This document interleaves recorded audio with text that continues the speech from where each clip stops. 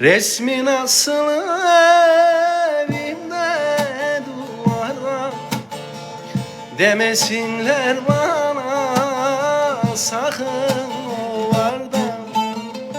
Anan kapısında her gün yalvarda, vermesin sevdiğim canın sağ olsun.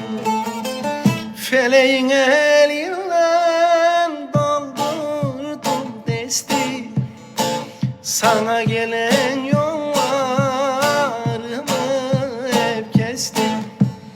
Ayrılık rüzgarı çok erken esti, üşüdüm sevdiğim canın sağ olsun.